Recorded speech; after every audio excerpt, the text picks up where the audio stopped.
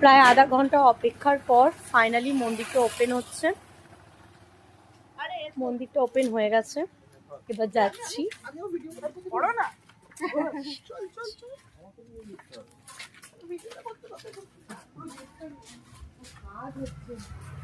আমি তো বললাম না এখনো পর্যন্ত কমপ্লিট হয়নি। সুন্দর না ভোলে বাবা। আমার চুলটা, পাকা চুলটা ইগনোর করবেন প্লিজ।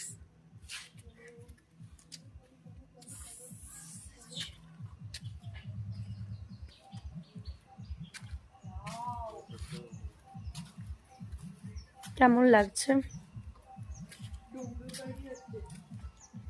এইদিকে একটা পুকুর আছে।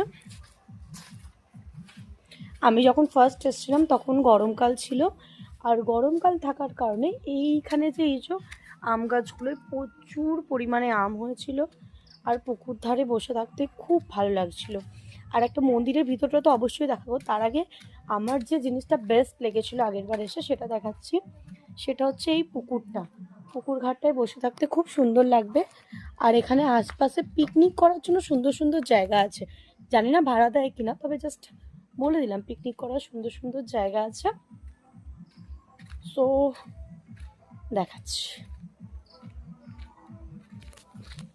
এই যে এই জায়গাটা, এখানটা দিয়ে মন্দির যাওয়া যায়।